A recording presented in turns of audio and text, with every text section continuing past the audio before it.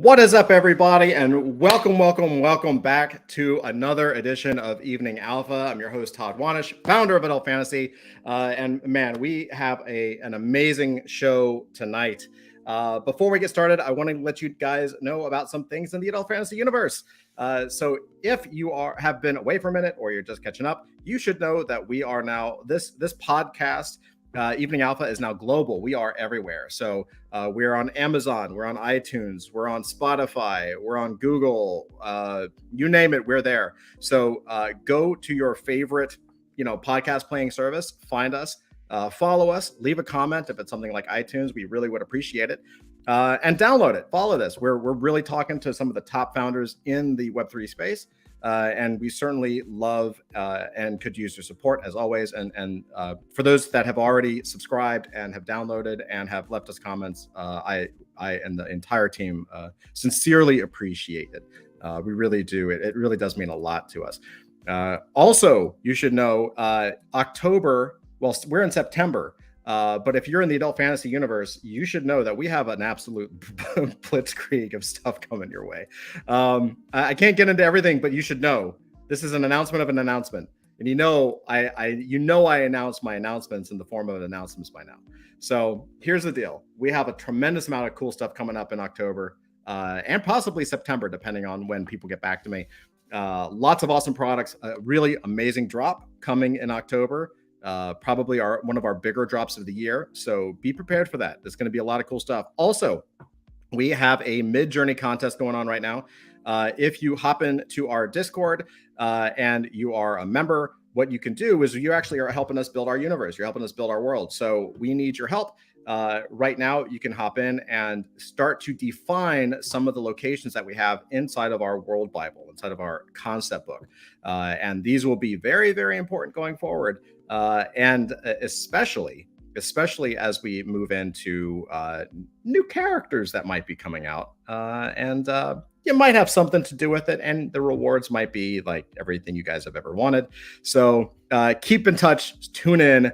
Hop over in Discord after the show and check it out. If you haven't already, I absolutely recommend doing it. It's awesome. It's a tremendous amount of fun, and it's up to you guys. We're building the future of Adult Fantasy together, and I can't wait to see what you guys come up with. All right, with that out of the way, I am super excited to be talking to Steve and Rae from Sitka World. Sitka World is developing a community-driven, community-rewarded literature movement, which is pretty awesome. And I know that they're striving to be the go-to hub for creative writers in Web3. So without further ado, Rae and Stephen, what's up? How you guys doing? Hi. Hello. Yeah, thanks so much for having us. Welcome. So tell me all about it. What is Sitka World? Yeah. Do you want to take this one or should I? Basically, we have two parts to the mission. The mission is to bring quality storytelling to Web3. Is really the heart and soul of what we're doing and why we started this like last December, almost a year ago, and we got this vision. And Rae is a writer. I also do some writing, but not full time. She's more the creative genius mind behind this. And she has a trilogy she's been working on for over 10 years, sort of fantasy, parallel world, dual point of view, cool dystopian thing. And we thought, well, let's bring that to the blockchain. And then the other part of that vision is helping other brands doing the same. So we have a lot of education, tools, resources, training for writers specifically, as well as creatives in general, but specifically focused on writing and helping writers bringing their own works to the blockchain and helping them with our Guild of Scribes to kind of serve the broader Web3 space with storytelling services. So that's kind of how I painted in a nutshell. I'm sure you have more to add to that too. But yeah, I think that's kind of the basics. I started just thinking about, me and my writing, but I also am a freelance book editor. I do author coaching. So it's like, the idea of how to help writers and how to help other people get their work out into the world has always been something that's been on the front of my mind. So when the idea came of starting a writing community, it just felt very natural and like an outflowing of that. Oh, that's fascinating. I'm curious, we see, I think one of the things that interests me about Sitka World is that you guys are really coming at this from a different angle, I think, than I've seen a lot of other projects.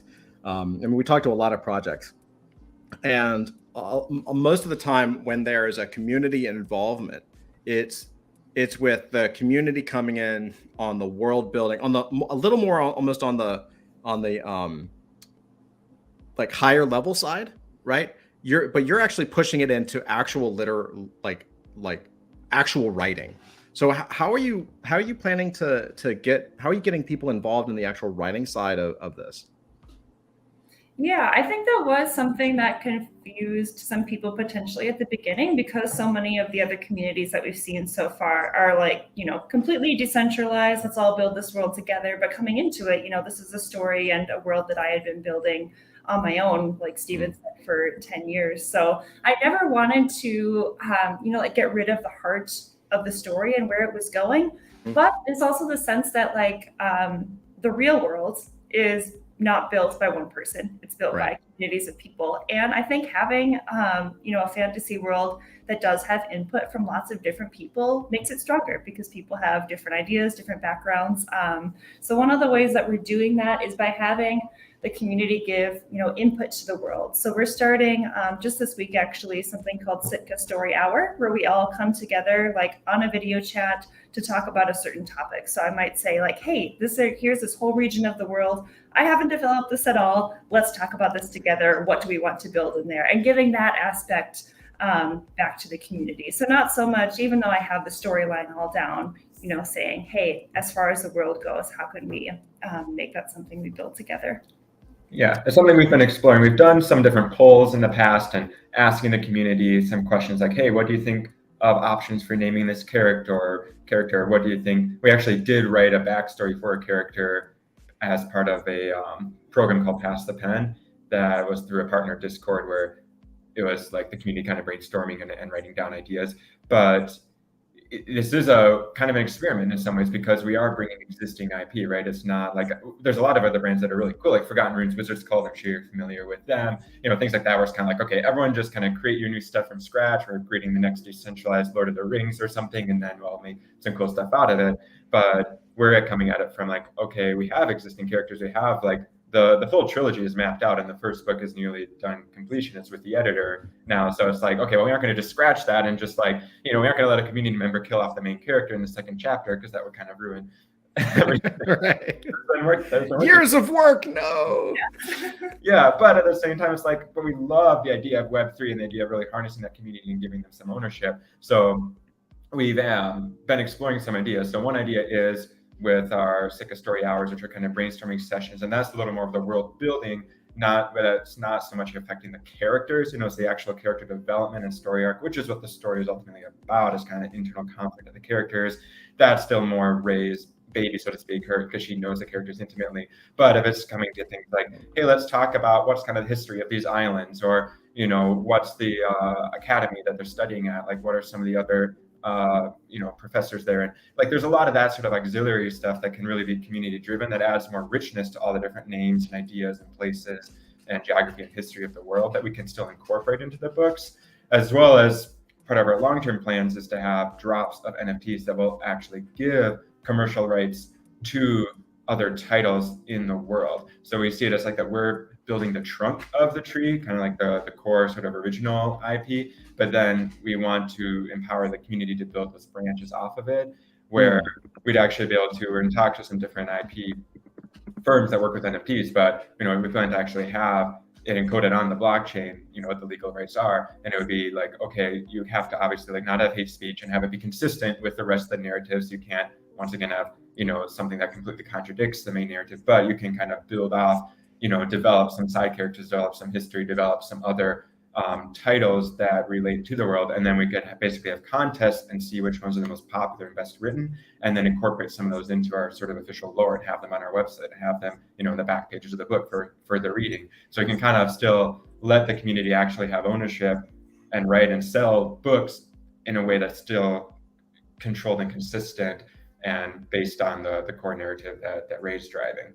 So. That's fascinating. Like one of the things, it sounds like one of the things that we do with adult fantasy is every Thursday night we have something that we call the lore games, and it's very similar in that the lore games is sort of we basically spent a few months at the beginning of the year developing a way to turn a writer's room into a game. And it's changed a little bit because now that we're doing it actually live and in front of people. But the core of it is essentially that kind of the same thing where you're like, okay, we want to build this whole universe. We have this big story arc. And what we're doing live is developing the major milestones, the major plot points, right?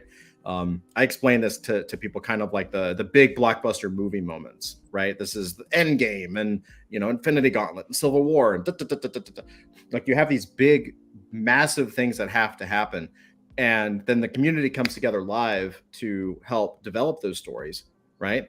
And then inside of that, once you have milestone A and milestone B, once you know where you are and where you have to go, you can start to fill in that gap with all kinds of community-based content. As long as it eventually, and it can be, that gap could be filled with decades of work. Like it's infinite. As long as eventually there are points enough that get you from point A to point B, right? And even when you get to point A from point B, you can always come back in time 30 years from now. Once that gap is filled, there are people that can come back in 30 years from now and come back to that point and say, well, what about the story that happened in between those points, right? You can completely start to go down and trickle down, to your point, almost like branches or roots that are going deeper and deeper and deeper into the ground. So I think what you're doing is fascinating. How has the reception been? Like, how do you, I guess my question is like, do you, and this is, Ray, you mentioned that you do a lot of author coaching. Have you had to teach people how to author in this? Do people kind of take to it naturally, or are you having to do coaching, or are you setting up any kind of guide for people? Like, how do you guys set up? Let's say, like, for example, let's say I'm a newbie. I haven't really written much, or maybe I've written something personally, but never actually put it out in public. And then I come to Sitka World and I jump in and I'm super excited and I want to get going. What's that onboarding process like? Like, what kind of support is there? Yeah, there's not any sort of like formal author coaching in the sense that like, okay, before you contribute any ideas for the story, you have to go through this process or anything. Right. That makes it way too formal. And people aren't writing like the final prose. It's just Yeah. brainstorming. So it's not like someone saying, hey, I just wrote chapter 3. So yeah, Right. Oh, fair enough. I'm still writing all of the final prose and developing the structure of the story myself. People don't have to go through that, but we are having, like community education in the form of something we started several months ago, which people seem to really like, is like story Q&A nights, we call them, where we all just jump in the chat at a designated time and pick like a specific, like say we want to talk about the hero's journey. And we'll all talk about like several questions that I have over the course of the hour. And it's a really great way to learn just from so many other people in the community who have experience writing. We've talked about what makes a good villain, what makes a good hero, like what's your favorite point of view? How many is too many point of views in the stories? What have you seen in movies you like? What have you seen in movies you hated? Just to kind of, get some of these conversations going and get people thinking about, what do I observe, not just as a user of media, but when I'm creating my own media myself too. Oh, interesting. Yeah, that's awesome. And our focus really is on storytelling as a whole, not just like the book written form, even though we are launching this initially as a sort of marketed as a book trilogy. We see Sitka World expanding into multimedia formats, and our community and chats are really about just the story as a whole, in whatever format it is, what makes for good stories. Yeah, really. But kind of going back to what we were talking about earlier too, is I just think it's so neat how there is this whole spectrum. It's not just this is completely decentralized, everybody do whatever you want, or on the other end being like, okay, I am the author. How dare anybody else like write anything in this world? It's mine. I want control over it. Like there's this whole huge spectrum in the middle. And I feel like with Web3, like we're just starting to see what those possibilities are. And it's super exciting. That's awesome. And so basically the process is, so where are you in the process? Are you like, I know you've been writing, and you guys have been kind of, especially Ray, like you've been writing this for a number of years and you have all this material. Is this something that where you're refining it right now and using the community to kind of refine it, or are you already like say done writing chapter or book 1 and then the community is kind of filling in the blanks for chapter 2 or book 2?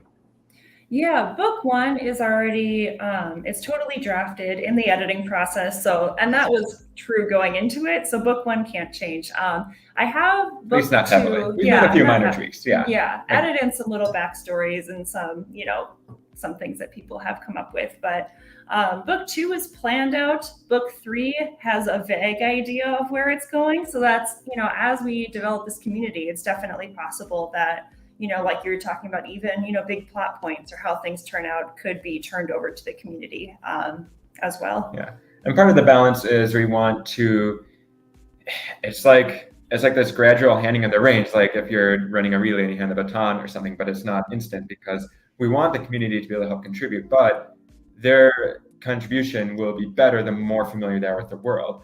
But it's like a catch-22 because we haven't released the first book yet, right? So it'd be kind of like, what if J.K. Rowling wanted was allowing the community to contribute all this stuff to the world building, but the Philosopher's Stone wasn't even out yet. Right. What do you have to work with, right? So we've been trying to give as many teases as we can. We actually did a couple weeks ago. We dropped the first 3 chapters as a preview that you can download for free on BookFunnels and EPUB or PDF. And we have for a while had our prologue as a readable NFT on OpenSea. And we have, that's one reason we've been doing these. Friday, we call them Sitka Story Fridays now, Sitka Story Hours, to have chats with the community about brainstorming ideas. So we've been dropping bits here and there and having character bios and stuff so people can really start to get a feel for it. We also have had a whole map developed. So we have a really cool fantasy map that goes in a lot of detail. And if you've seen that on our Discord or Twitter, but maybe we can share that here somehow. But yeah, so our goal is to really let people start to get immersed in the world, but we also don't want to give away all the spoilers before the book is out. So we're kind of walking that fine line of we're looking for ways to get people involved, but we understand that it'll be a lot more fun for the readers and a lot more valuable and effective overall after the whole book is out. But at least now there's 40 pages or so of the book you can read. There's all the previews we've dropped. There's also is now a game. We have a whole Tales of Runesla RPG that's been developed, like a text-based sort of Dungeons and Dragons style game that's in our Discord. And the first cohort will be launching in 2 weeks. So now is the time to start creating your characters and stuff if anyone's interested. But that's also true to our world, and meant to be another way to allow people to start to get familiar with the geography and the vocabulary and the magic system and all of that. So those are kind of some of the ways that we've been developing to basically let people get involved before the first book is out. But I am very excited to see where this will be. I mean, we're building for years. So after the first book is out, after the second book is out, imagine all the depth that people will be able to bring to the characters and world building and new ideas, which will also be very valuable for Rae as the author, feedback. Think of what happened with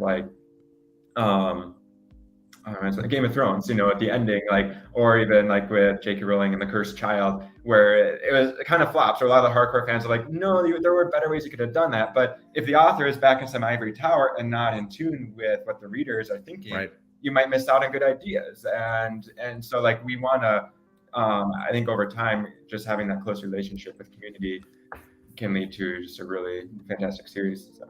Yeah, and in addition to that, apart from the series, this is a world that's really near and dear to my heart that I love and that I hope to be creating in for years to come. And I do love the idea of doing something that's more of a creator room base.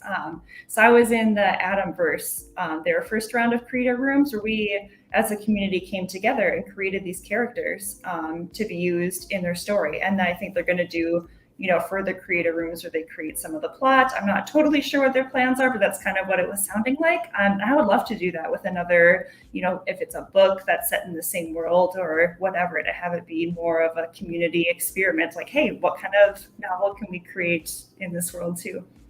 Yeah, that's awesome. That's really interesting. You got me definitely now I'm really curious. So what can you tell me about the story?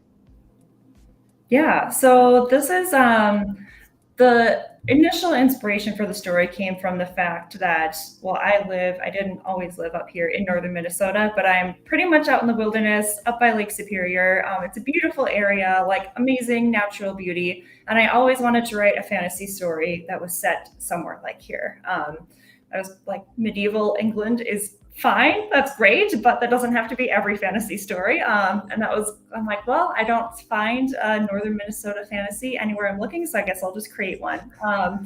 And it's a dual point of view. It involves the ability to travel between multiple worlds, the main one being Runesula, which is this fantasy world set in Northern Minnesota. And it takes place... Or Northern Minnesota inspired world. Yeah, inspired worlds. Runesula has its own universe, Yeah, and but in the story, there's a girl, her name is Sitka, woman, I should say, she's an adult, and she is living in this northern territory called Elm, which is up in the mountains.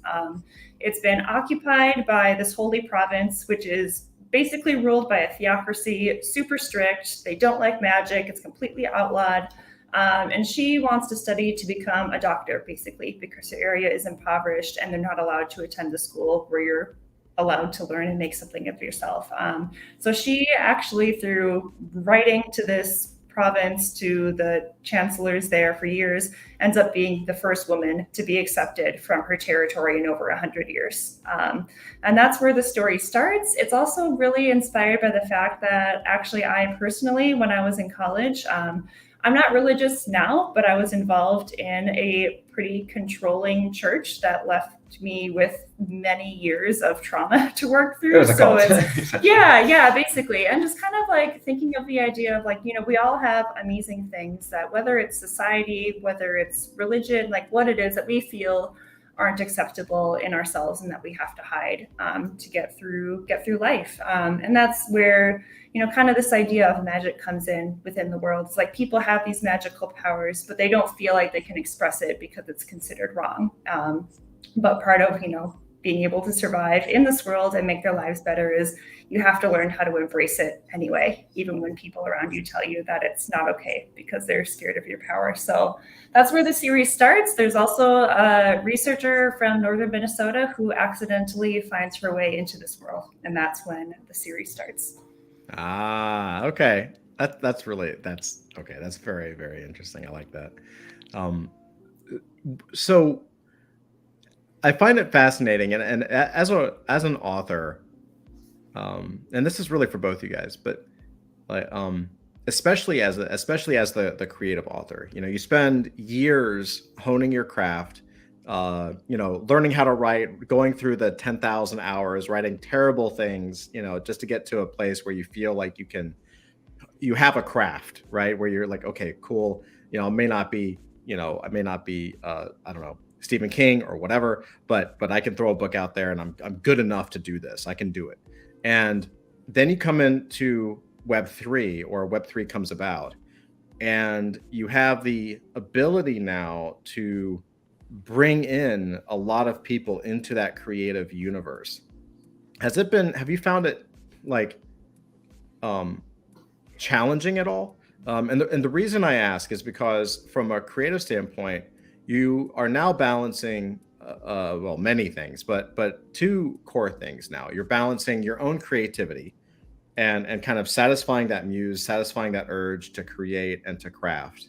And then you also have, we kind of all do this out in the open now, right? Like there's no hiding anything. Like we're talking, we're building communities, we're engaging with people, we're asking for advice, we're showing things way earlier than we normally would in IRL. You know what I mean? Like in IRL, whether it's a comic book or animation or graphic novel or written prose, like you kind of usually wait until there's a full draft done, until you're not talking about it in public early. So I'm curious about that push and pull that creators have.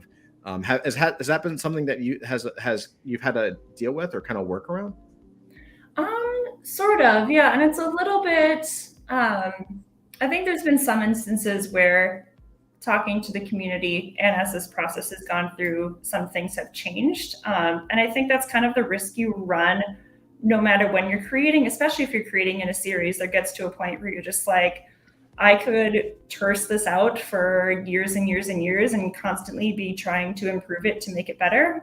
That's especially hard. I don't know, maybe this is just me, but I think being a younger writer too, like I'm in my 20s, like you always feel like you're continually improving. And because that doesn't ever stop, ever. Yeah. The more you practice, the better you get. Like it's true. You can think, hey, if I just wait another 3 years and work on this every day, it will be better someday. But that also creates a trap where if you're, stuck in this endless hamster wheel of perfectionism, you'll never get anything out there. So it's kind of great because it's kind of a kick in the pants in the sense, which it's like, okay, I have to start releasing this. There's a point at which, good enough is good enough. And I think our community specifically has been a really great community to share that with, because we've just found, I think, the most amazing and inspired and creative and gracious people. And part of that has to do too with how we've crafted our community.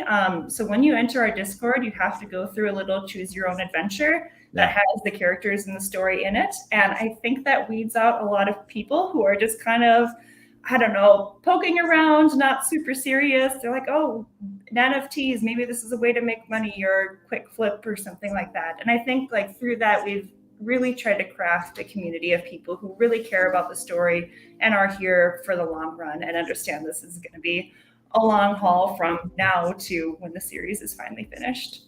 Yeah, I definitely have some questions about the approach to sort of the money side or that side of NFTs, because it certainly is a thing that we all have to kind of confront or work with. But before that, for sure. Before we do it, I definitely want to jump in and go over to chat and say hello to some people tonight. Dusty, always first. I don't know how he's first. He's just always sometimes first. LFG, what's up, Dusty? How you doing?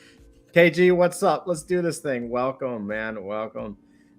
Wizard, LFG. What's up, Wizard? Welcome, man. Been a minute. Welcome back to the live side of things. Dusty says, I can confirm he's had me locked in the basement working 23/7. If you're only working 23/7, we need to talk. You're slacking. Yeah. Room for improvement. Room for improvement. Yeah. Who told you could take a break, bro? Bad Kitty says, LFG. What's up, Bad Kitty? Welcome. Hey, Natasha. Natasha says, hello. What's up, Natasha? Welcome. Carrot says, made it. What's up, Carrots? Hello, happy Tuesday. How you doing, brother? Willie D says, hey all. What's up, Willie D? Welcome. Now, Carrot says, I read the new Google Doc today for the project. Hope I can find my way into the Discord eventually. Hey, there you go. We might have some clues here. We'll leave a Discord link one way or another for everyone here. So. For sure. What's the Google Doc he's referring to? I think that means, so last night we had basically a mega update on just initiatives in our server. So basically programs for authors and for fans of the story, because we've been spending months brainstorming, talking with people, collaborating, building out the art, working on the story, like building out the RPG, building out the Discord server, the white paper, like getting all our ducks in a row and chatting with the community and having some cool events like the story Q&As. But we realized kind of like Ray was saying, the kick in the seat of the pants moment of like, we need to just start focusing on actually delivering tangible value to writers and to our community, because at some point we could get stuck in the trap of always planning, always, trying to make things better in theory, but neglecting the practice. So it's basically like, okay, 80-20 rule. We just need to focus on the, things that we know work, with things that we know will help our community. And we've done the foundation. I mean, our white paper is made. We have a lot of connections and collaborations with great projects. Like we have the story and art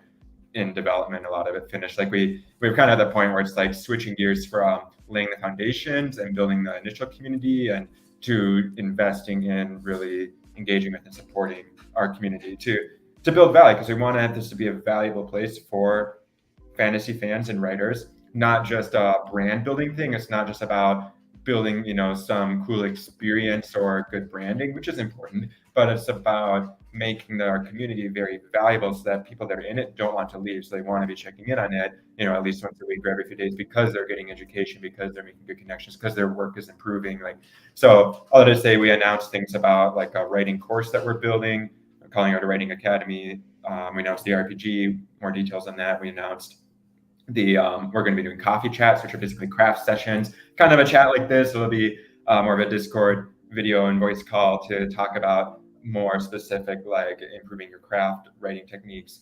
And we talked about programs for like the services we offer. So Rae, does the author coaching and editing. I also do audiobook narrating. I do some acting, and also offering some publishing services. So offering some services and having different discounts tied to kind of your Discord roles and all. So there was just a big announcement about a lot of the ways that we're really focusing on bringing value to the community.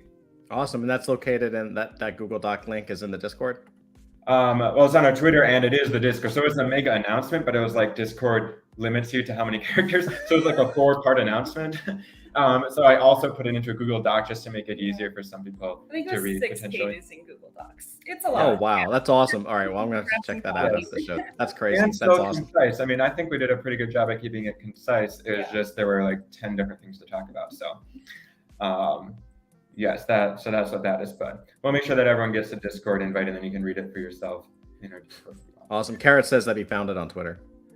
Yeah. Awesome. And a Massive, what's up, man? Welcome. Sup, LDG. That's Let's Duck and Go. Massive is someone that always has his ducks in a row, as it were. What's up, Massive? How are you? Yeah, so you guys brought up value, and this is something that I think a lot of communities struggle with, especially I think in the storytelling side of things. And the value challenge for storytelling projects is that we have a gift and a curse. The gift is that we all know we're building something real and that's going to last. We have inherent long-term goals, right? You don't start saying I'm gonna write several books, or I'm gonna build a universe out of this with the thought that you're going to do a quick flip and make, buy a Lambo tomorrow or something. Like, that's just not it, right? It's a long-term thing. It's a shit ton of work. And it's labor and a labor of love, right? It's a labor of love, but there's also plenty of just hardcore, like, oh my God, what did I get myself into? Because it's a tremendous amount of, it's a lot of work to do this. On the flip side, you have a market that I define as being at the really beginning stages of the adoption curve, right? And that beginning of part of the adoption curve is what I define as a hype cycle, right? I mean, we're talking the very, very tip, which is just like, oh my God, thing, go, right? Like that's it. That's all there is. If there's enough fire, if there's enough hype and enough fire at the right moment, that team makes X number of millions of dollars. Doesn't matter what it is, how good the art is, what the project's about. And there's always this fuzzy line because every team, I don't want to say that every team has the same roadmap, but we've all seen projects that have the TV show, the animated show, the books, the apparel, in real life events. Not saying any of those are bad. We have that stuff too. The difference is that we've been doing it for 20 plus years. And we can actually, if you asked us to show it, we could show you the stuff we've done, right? So, and that just comes with age, that's the gray hair.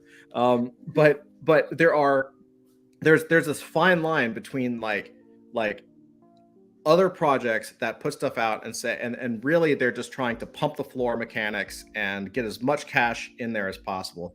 And some of it is bullshit, but some of it is legitimate because there is, because of that space we're in that hype cycle, there's a large number of people who are in it just to make money, and that's okay, right?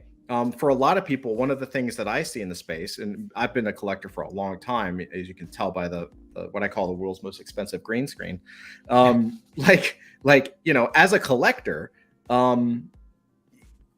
you get things like there's certain things that capture your interest, and your creativity goes all into it. So for me, it was comics and original art and animation.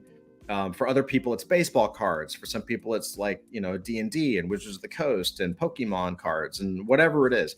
And for some people, NFTs are the very first thing that caught their interest. It's like they didn't collect books. They didn't collect comics. They didn't collect board games or anything. They just came into NFTs and it just hit that spark, and they're just all in on NFTs, right? And there's a large section of those people that can't come from finance. So that's why you see all of the charting and the graphing tools and everything like this, which I personally like. I talk to this all the time because I think it's a huge mistake. I think you're forcing teams to curve to the tools that are out there and to make OpenSea numbers look good. When for a storytelling project, those numbers mean nothing, or the numbers, I should say, the numbers that drive you, the numbers that are your quote unquote key performance indicators, may be completely different from what OpenSea or LooksRare or whatever shows, right? So how do you approach that in terms of balancing, balancing those forces?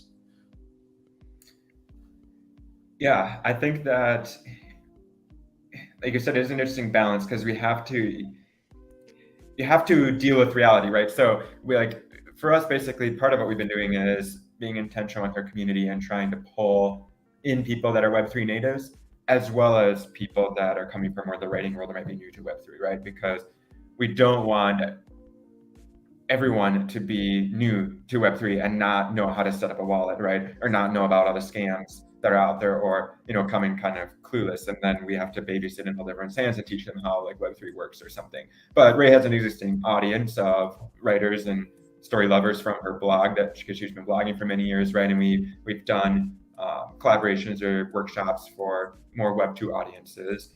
But on one hand, so we need Web3, right? Because you want people to understand, because it is like the Wild West, right? You have to have a strong community that understands it. But at the same time, we didn't want to just be bringing in all the Web3 degens, a bunch of people that are just in it for the money and the charting and don't actually care about stories or writing, because then we just have a community of people that don't actually get the value of what we're making and don't care, and who aren't going to be in it for the long haul. They'll grow bored after a couple of days and leave or something. So we're really looking for that intersection, and I think we've done a decent job of that so far. And there are a lot of Web3 storytelling groups now. When we started, back at the beginning of the year, there was practically nothing in this niche. It's really cool to see how it's grown and all the people and projects that have come out in Web3 storytelling and literature and publishing. So we've been able to grow our communities through some of those communities, as well as just by going to Web3 communities and saying, here's what we are.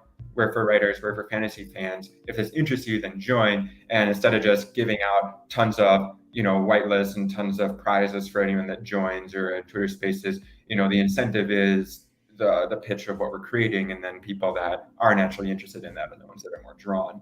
So part of that is really important, I think, who you're building your community with, especially that core community, because you'll get people that are in it for a while, that are active, that understand and learn the vision over time, and then when new people come on, they help train them, they help tell the new people, right? When new people come in and have a question, it's not always on us to answer, it's those original sort of community members. So we've really been trying to be intentional in where, how we're kind of attracting those people to us to start with. So that's kind of one important part of the answer.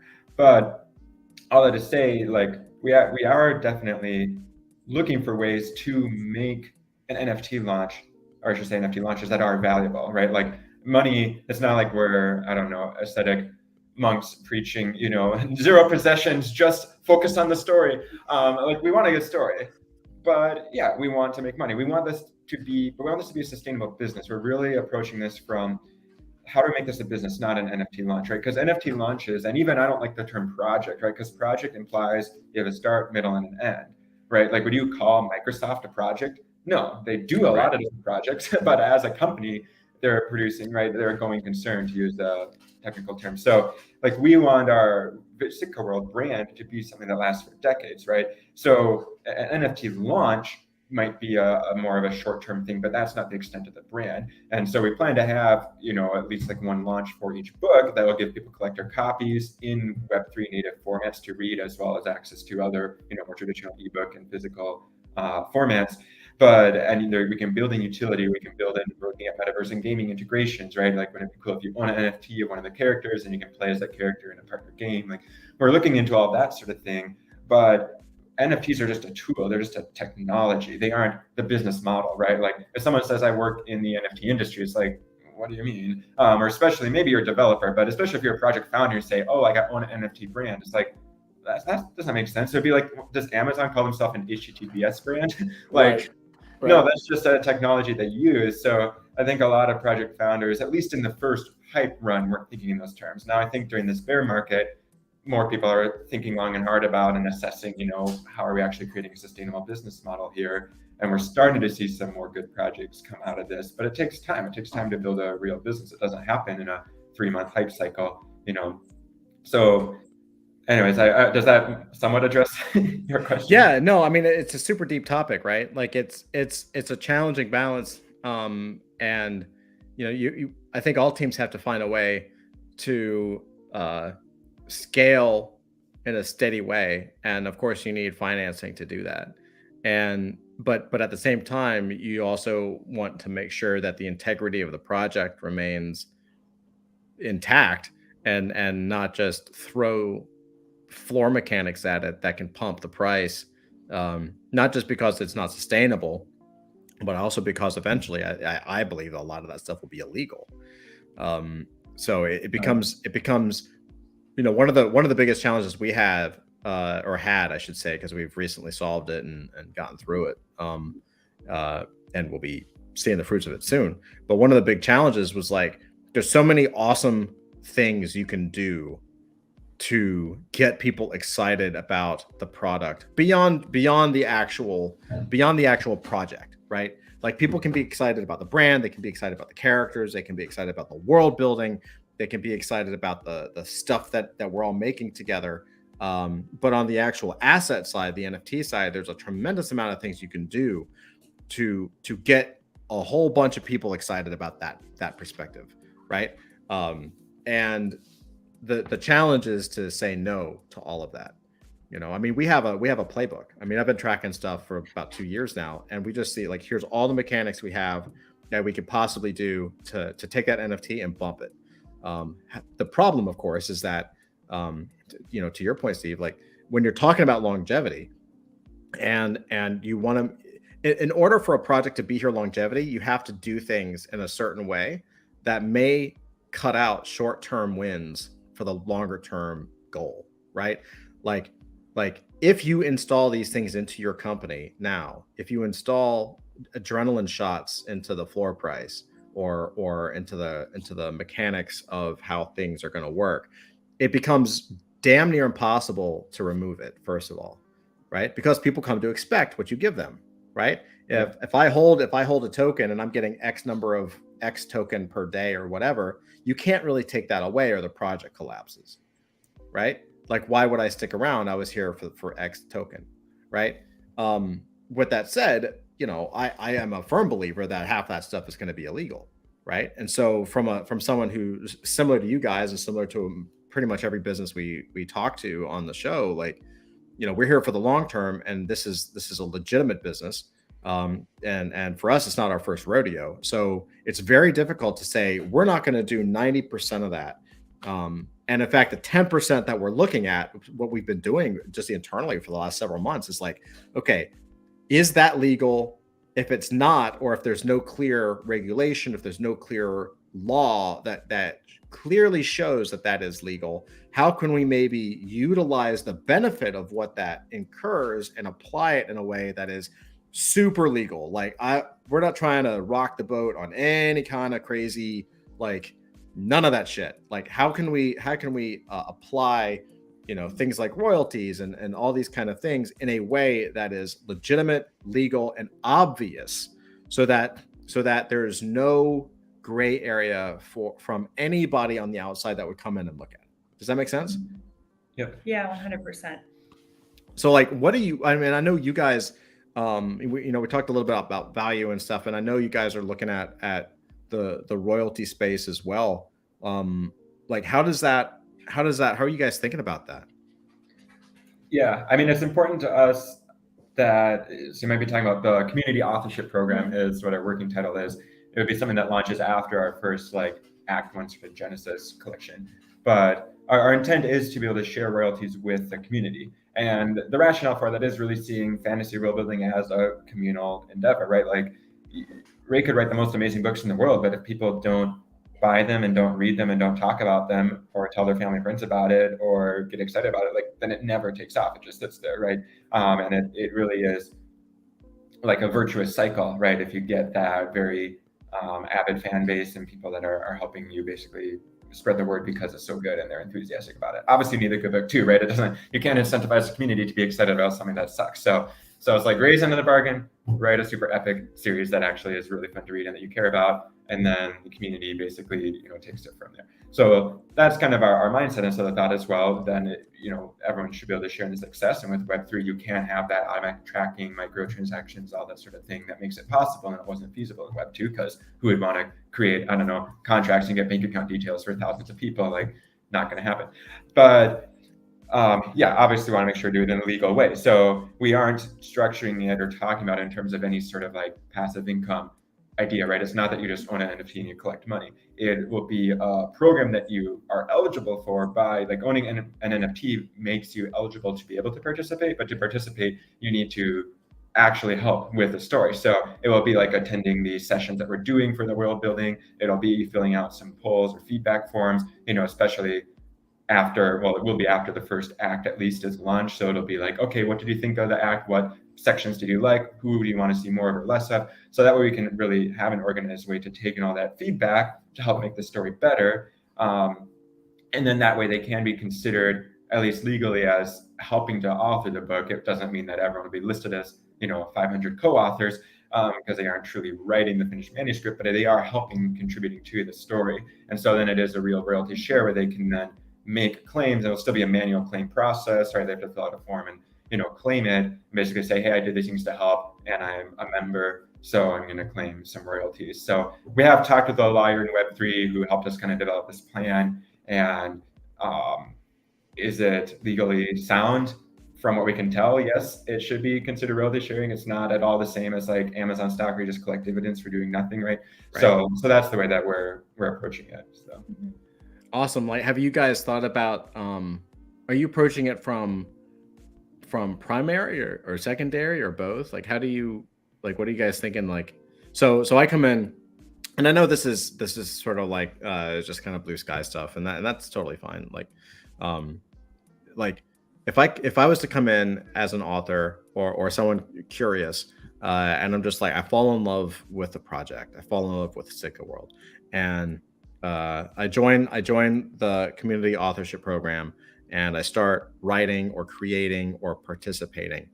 Does that, like, are you thinking about, based on discussions, I guess I should say, because I know this is kind of in flux, but based on that, are you thinking primary? Are you thinking secondary? Are you thinking, like, if the person helps with, is it like a per project basis or is it like blanket?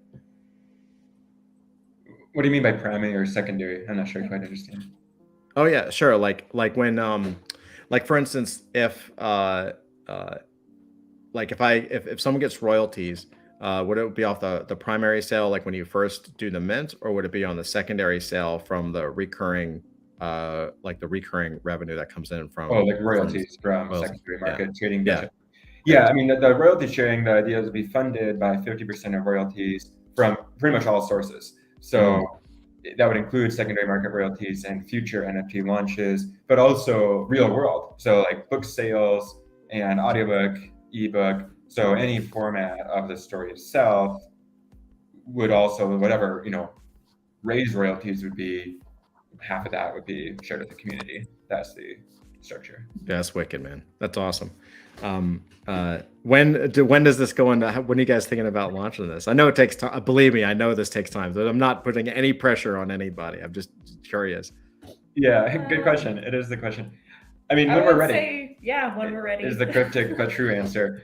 At first our original goal was thinking, we'll launch this summer, right? We thought, okay, we'll have like 6 months kind of build up. And obviously summer turned out to be a terrible time for the NFT markets, and the book isn't fully ready. And it's been a lot of work, right? And the vision has grown. Originally, we were just thinking, we just want to get our manuscripts out there in Web3, build a little following of fans around it and call it a day. And now it's really grown into this entire ecosystem. So the vision has grown, markets have been bad, so we certainly haven't launched yet. And I'd say it's really just a matter of, once the book is ready, once our community is large enough, we have, I think, around 350 in our Discord now. Our goal would be at least a couple thousand to be able to do like a Genesis launch of like a full 1,000 NFTs.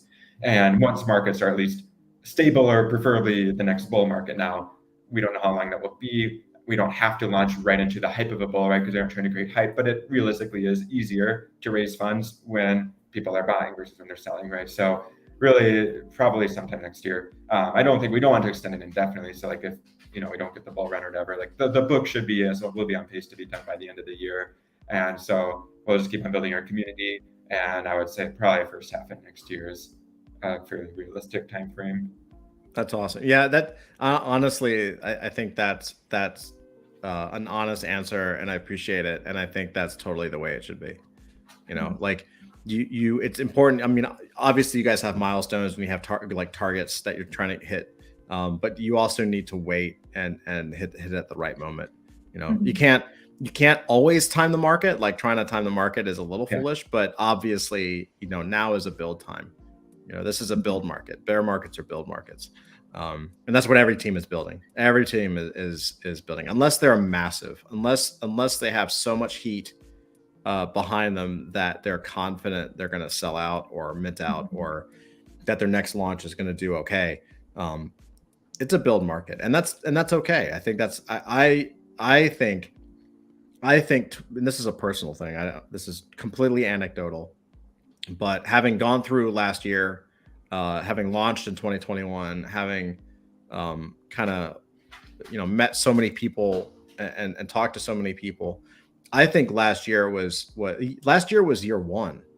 I know the NFT space has been around for several years now, but last year was year one. Yeah, last year was really ground zero, year one, and I think it's gonna be monstrously big. I mean, to put it into context, my numbers are gonna suck, but I think I saw an article from developers, like talking about programmers, developers, and for instance, the programming language Python, I believe there were 2 million programmers, developers that know the language Python. Right, and JavaScript was in the multi-millions. It was like, I think 10 or 20 million. Like it was way bigger. But again, those numbers can be off. But I'm pretty sure Python was like a couple million strong. All the way down to the bottom was Solidity, and Solidity was 18,000. Yeah. So that's where there's 18,000 developers on the planet that code and develop that program in Solidity. And how many of those are actually good and reliable for major projects? Right. How many just started yesterday and say they're Solidity developers, right? So it's a very rarefied space. We're just getting started. I mean, I don't know if you guys saw it. What was it? Gizmodo had a article talking about Starbucks new NFT launch. Did you guys see that? Yeah, briefly. Yeah, they had a title that was like, why Starbucks new dumbass NFT thing is going to fail. It was something. The title was just ridiculous. I was like, they're calling it a dumbass NFT project. I'm like, it's freaking Starbucks. Like, they're not dumb. Everyone recognizes that the marketing in general and branding. Yeah. I mean, and this is a tech blog calling NFTs dumbass. Like, okay, great job, author. But it's certainly where everything is headed. And so I think it's a not just wise, I think it's a brave decision to say, look, we're building this out. We know where we're going. This is a long-term thing. And we're going to build our community and build it the right way and focus on the things that we need to focus so that 5, 10 years from now, 15 years from now, we're still here. And I think having talked to a number of storytelling projects, that's what's going to hit. That's what's going to, the minute we pass this bullshit like hype phase thing, people are going to be looking for, okay, what are the projects that are actually going to be here? What are the projects that have been here, didn't leave? Like, if you can be here during a bear market and not go away, you know what I mean? And just and just hang out and stick around. Yeah, if you're still here, like where there's the proof. Like, if you're here in a bear market, you're going to be here in a bull market. And when people come in that next bull and they see that you were here in 2022, that's the social proof and trust factor goes through the roof. You know what I mean? Yeah. Does that make sense? Yeah, definitely. And I think too, that's where storytelling people have the advantage too. It's like, kind of the idea of like, people don't buy what you do, they buy why you do it. And these stories are what we get emotionally connected to, which means you can really build something that people are in for the long haul because they feel like deeply emotionally connected to it. So that's why we're here. That's why a lot of great storytelling people are here. And yeah, we're excited to see where it goes. Yeah, we see storytelling as like kind of, I mean, I've really been converted, I would say, in the way I view storytelling as, because I think the word itself, I don't know, I used to see it as like, oh, it's just some niche thing for, I don't know, geeky writers like Rae. But now she got me and I drafted a novel, so who am I to judge? But it's not as like more of a sub part or just hobby, but it's like now I've really more and more over the years seen it as completely underlying everything. Look at anything that happens in the world, political movements, institutions, religious movements, even companies and their user bases. Look at the way that Nike or Apple brands and everything, right? And look at the power of Marvel and Harry Potter and that sort of story too. But it's just like stories are ultimately like what bind cultures together and what gives us meaning to our lives. Like I think from a psychological level, like the root of our happiness or lack thereof is usually comes down to what's the story we're telling ourselves, right? Like we don't experience events, we experience our interpretations of those events. Those interpretations are formed by the stories that people tell us. And so I know that Steve Jobs had a quote that was something along the lines of the storyteller is the most powerful person in the room. And he sets like the agenda for the next generation. And like, so anyways, all to say, like we see storytelling as like, we have a really important story that we believe we want to get out to the world, but also like with our community, really the vision is to help brands and help other people with their stories, because everyone has a story to tell, and oftentimes that's kind of controlled by gatekeepers, right? And algorithms and advertising and all that. And we see Web3 as an opportunity to help kind of level the playing field a little more and give people more voice, and to use our phrase, bringing out the magic within them. So that's amazing. So what's next for you guys? What do you guys coming up? What's next on the roadmap for you? Well, really executing. To do what we're doing. Yeah, I guess. Executing on everything that we talked about in that mega update that was rumored. So focusing on our weekly and monthly initiatives. So we also have open mic nights. We did one like last month that was very successful. So we're going to do more open mics. I'm starting a book club. I love reading, and I have like well over 100 books on my list that I want to read. So I'm like, okay, book club, that'll help give me accountability to read and do something for the community. So yeah, all the things that we've already laid out is more than enough to execute on now, while we continue in the background just finishing the story, finishing the artwork, and making plans for the launch in the long term. So really, I'd say, yeah, what's next? There's no big flashy thing right around on the horizon, but I'd say join our Discord and get plugged in, connected with people, and improve your writing craft, write your stories, share your stories. Learn more about Runesala and the world we're building, and come, on Fridays to help build it yourself, and read the 3 chapters we've gotten out there. And writing, I'll keep editing. Well, we'll be here. That's awesome. Well, that's a perfect segue. How can people learn more about Sitka's World? Where can we send people?